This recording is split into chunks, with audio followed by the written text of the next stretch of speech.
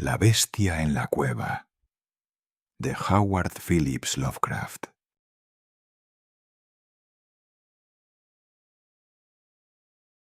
La horrible conclusión que se había ido instalando poco a poco en mi confusa y reacia mente era ahora una horrible certeza. Estaba perdido, completamente, irremediablemente perdido en el vasto y laberíntico recoveco de la cueva del mamut. Por más que me girase, mi esforzada visión no podía encontrar ningún objeto que me sirviera de guía para seguir el camino. Mi razón ya no podía albergar la más mínima duda de que nunca más volvería a contemplar la bendita luz del día, ni a contemplar las agradables colinas y valles del hermoso mundo exterior. La esperanza había desaparecido. Sin embargo, adoctrinado como estaba por una vida de estudios filosóficos, mi conducta impasible me producía una cierta calma, pues aunque había leído con frecuencia sobre los salvajes frenesíes a los que se veían abocadas las víctimas de situaciones similares, yo no experimenté ninguno de ellos, sino que me quedé tranquilo en cuanto me di cuenta claramente de la pérdida de mi orientación. Tampoco la idea de que probablemente me había desviado más allá de los límites de una búsqueda ordinaria me hizo abandonar la compostura ni siquiera por un momento. Si debía morir, reflexioné, entonces esta terrible pero majestuosa caverna era un sepulcro tan bienvenido como el que podría ofrecer cualquier cementerio, una concepción que llevaba consigo más tranquilidad que desesperación. Morir de hambre sería mi destino final. De esto estaba seguro. Sabía que algunos se habían vuelto locos en circunstancias como estas, pero yo sentía que ese final no sería el mío. Mi desastre no era resultado de ninguna culpa, ya que, sin que el guía lo supiera, me había separado del grupo habitual de turistas y, vagando durante más de una hora por las avenidas prohibidas de la cueva, me había encontrado incapaz de seguir los tortuosos caminos que había transitado desde que abandoné a mis compañeros.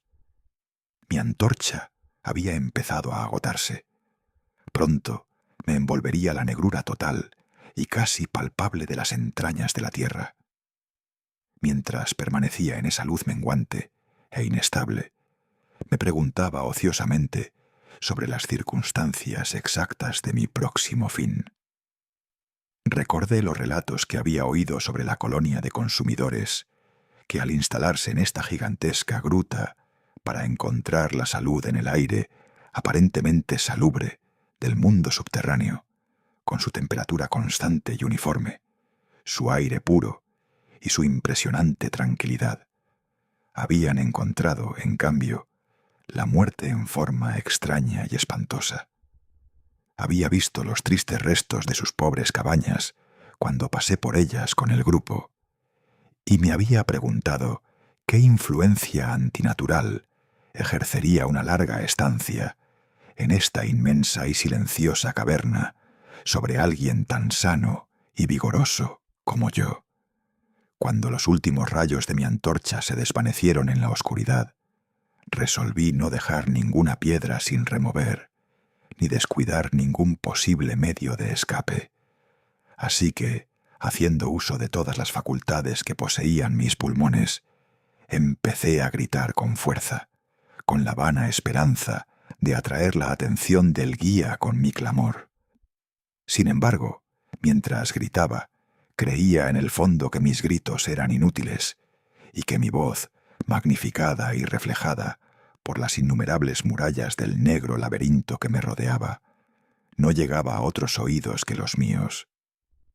Sin embargo, mi atención se disparó de repente cuando me pareció oír el sonido de unos pasos suaves que se acercaban por el suelo rocoso de la caverna.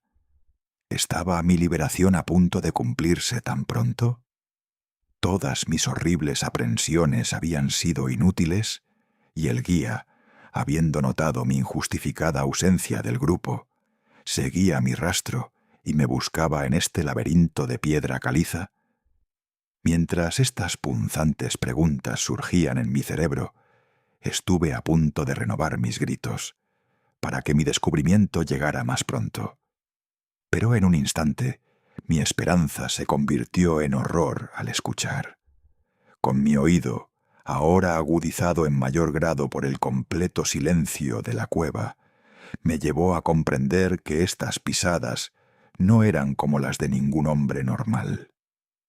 En la quietud sobrenatural de esta región subterránea, la pisada del guía con botas habría sonado como una serie de golpes agudos e incisivos. Estos impactos eran suaves y sigilosos, como los de las patas de algún felino. Además, cuando escuché con atención, me pareció rastrear las caídas de 4 pies en lugar de 2. Ahora estaba convencido de que con mis propios gritos había despertado y atraído a alguna bestia salvaje, tal vez un puma que se había extraviado accidentalmente dentro de la cueva. Tal vez, consideré, el Todopoderoso había escogido para mí una muerte más rápida y misericordiosa que la del hambre. Aún así, el instinto de autoconservación, nunca totalmente dormido, se agitó en mi pecho, y aunque escapar del peligro que se avecinaba podría evitarme un final más duro y prolongado, decidí, no obstante, entregar mi vida al precio más alto que pudiera conseguir. Por extraño que parezca, mi mente no concebía otra intención por parte del visitante que la de la hostilidad. En consecuencia, me quedé muy tranquilo, con la esperanza de que la bestia desconocida, en ausencia de un sonido que la guiara, perdiera su rumbo como yo, y así pasara de largo. Pero esta esperanza no estaba destinada a realizarse, ya que las extrañas pisadas avanzaban constantemente, puesto que el animal, evidentemente, había captado mi olor, que en una atmósfera tan absolutamente libre de toda distracción como la de la cueva, podía, sin duda, seguirse a gran distancia. Viendo, pues, que debía estar armado para la defensa contra un ataque extraño e invisible en la oscuridad, tomé a tientas el mayor de los fragmentos de roca que estaban esparcidos por todas las partes del suelo de la caverna en los alrededores, y agarrando uno en cada mano para su uso inmediato, esperé con resignación el inevitable resultado. Mientras tanto, el horrible golpeteo de las patas se acercaba. Ciertamente, la conducta de la criatura era sumamente extraña. La mayor parte del tiempo, la pisada parecía ser la de un cuadrúpedo, caminando con una singular falta de coordinación entre las patas traseras y las delanteras, pero a intervalos breves e infrecuentes, me pareció que solo 2 pies estaban involucrados en el proceso de locomoción. Me pregunté qué especie de animal se enfrentaría a mí. Debía ser, pensé, alguna desafortunada bestia que había pagado su curiosidad por investigar una de las entradas de la temible gruta con un encierro de por vida en sus interminables recovecos. Sin duda, obtenía como alimento los peces sin ojos, los murciélagos y las ratas de la cueva, así como algunos de los peces ordinarios que son arrastrados en cada afluencia del río Verde, que se comunica de alguna manera oculta con las aguas de la cueva. Ocupé mi terrible vigilia con grotescas conjeturas sobre la alteración que la vida en la cueva podría haber provocado en la estructura física de la bestia, recordando las horribles apariencias atribuidas por la tradición local a los consumidores que habían muerto tras una larga residencia en la cueva. Entonces recordé con un sobresalto que incluso si conseguía abatir a mi antagonista, nunca podría contemplar su forma, ya que mi antorcha se había extinguido hacía tiempo y yo no tenía ninguna cerilla. La tensión en mi cerebro se volvió ahora espantosa. Mi imaginación desordenada conjuró formas horribles y temibles en la siniestra oscuridad que me rodeaba, y que en realidad parecía presionar mi cuerpo. Más cerca, cada vez más cerca, se acercaban las espantosas pisadas. Parecía que debía dar un grito desgarrador, pero si hubiera sido lo suficientemente irresponsable como para intentar tal cosa, mi voz apenas habría podido responder. Estaba petrificado, clavado en el sitio. Dudaba si mi brazo derecho me permitiría lanzar su misil contra esa cosa que se acercaba cuando llegara el momento crucial. Ahora, el constante golpeteo de los escalones estaba cerca, ahora muy cerca. Podía oír la respiración agitada del animal, y aterrorizado como estaba, me di cuenta de que debía de venir de una distancia considerable y de que estaba fatigado. De repente, el hechizo se rompió. Mi mano derecha, guiada por mi siempre fiable sentido del oído, lanzó con toda su fuerza el afilado trozo de piedra caliza que contenía hacia aquel punto de la oscuridad del que emanaban la respiración. Increíblemente casi alcanzó su objetivo, pues oí al animal saltar, aterrizando a cierta distancia, donde pareció detenerse. Habiendo reajustado mi puntería, descargué mi segundo misil, esta vez con mayor eficacia, pues con una inmensa alegría escuché cómo la criatura caía en lo que parecía un completo colapso, y evidentemente permanecía tendida e inmóvil. Casi dominado por el gran alivio que me invadió, me tambaleé contra la pared. La respiración continuó, en inhalaciones y expiraciones pesadas y jadeantes, por lo que me di cuenta de que no había hecho más que herir a la criatura. Y en ese momento cesó todo mi deseo de examinar esa cosa. Por fin, algo relacionado con el miedo infundado y supersticioso había entrado en mi cerebro, y no me acerqué al cuerpo, ni seguí arrojándole piedras para completar la extinción de su vida. En lugar de ello, corrí a toda velocidad, hacia la dirección que yo creía que era por donde había venido. De repente oí un sonido, o mejor dicho, una sucesión regular de sonidos. En un instante más, se habían convertido en una serie de chasquidos agudos y metálicos. Esta vez no había duda. Era el guía. Y entonces grité, chillé. Volví a gritar incluso de alegría al contemplar en los arcos abovedados de arriba el débil y brillante resplandor que era la luz reflejada de una antorcha que se acercaba. Corrí al encuentro de la llamarada, y antes de que pudiera comprender completamente lo que había ocurrido, estaba tendido en el suelo, a los pies del guía, abrazado a sus botas y farfullando, a pesar de mi presumida reserva, de la manera más absurda e idiota, vertiendo mi terrible historia, y al mismo tiempo abrumando a mi auditor con exclamaciones de gratitud. Al final, volví a algo parecido a mi conciencia normal. El guía había notado mi ausencia a la llegada del grupo a la entrada de la cueva, y gracias a su intuitivo sentido de la orientación, había procedido a realizar un minucioso sondeo de los pasillos justo delante de donde había hablado conmigo por última vez, localizando mi paradero tras una búsqueda de unas 4 horas.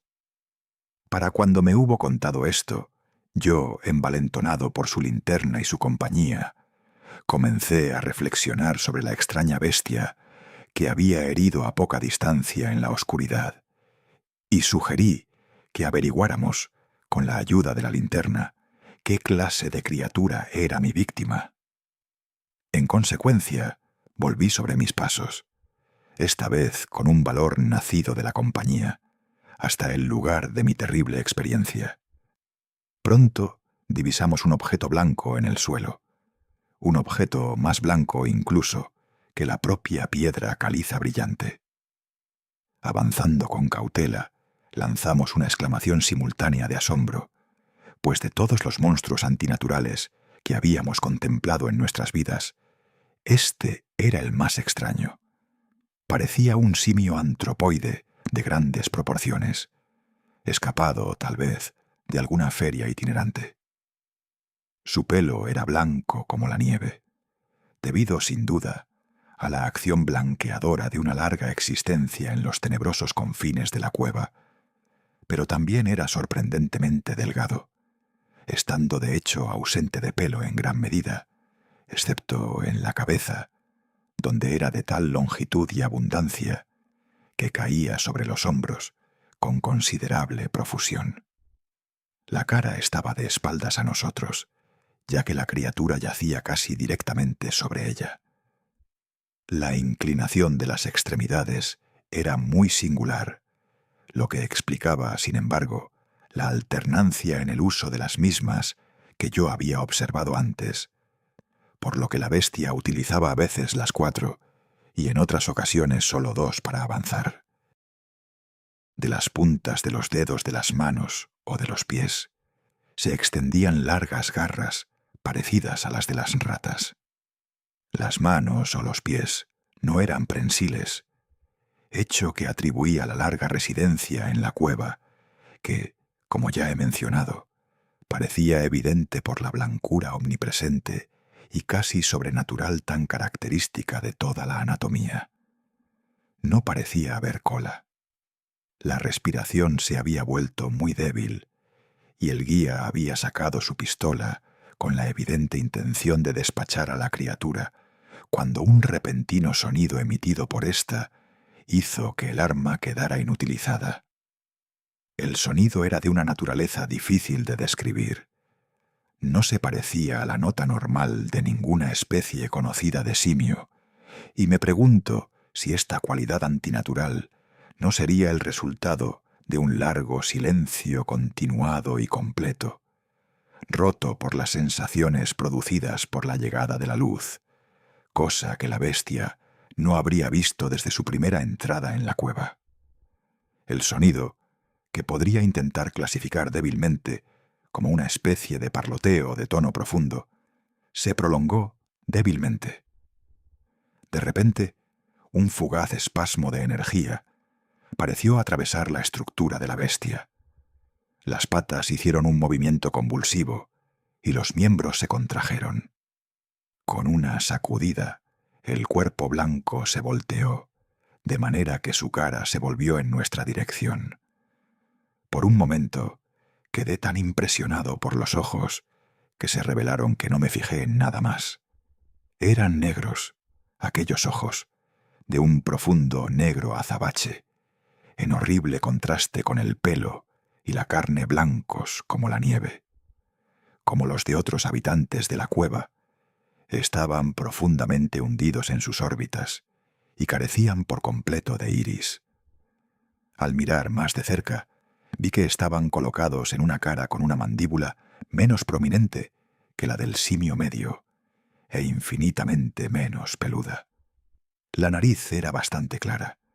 Mientras contemplábamos el extraño espectáculo que se presentaba a nuestra vista, los gruesos labios se abrieron y de ellos salieron varios sonidos, tras lo cual la cosa se relajó hasta morir. El guía se agarró a la manga de mi abrigo y tembló tan violentamente que la luz de la antorcha se agitó de forma irregular, produciendo extrañas sombras proyectadas sobre las paredes. Yo no hice ningún movimiento, sino que me quedé rígido, con los ojos horrorizados fijos en el suelo. El miedo se fue, y en su lugar se sucedieron la maravilla, el asombro, la compasión y la reverencia, pues los sonidos emitidos por la figura desgarrada que yacía tendida sobre la piedra caliza nos habían revelado la asombrosa verdad. La criatura que había matado, la extraña bestia de la cueva insondable, era o había sido, en algún momento, un hombre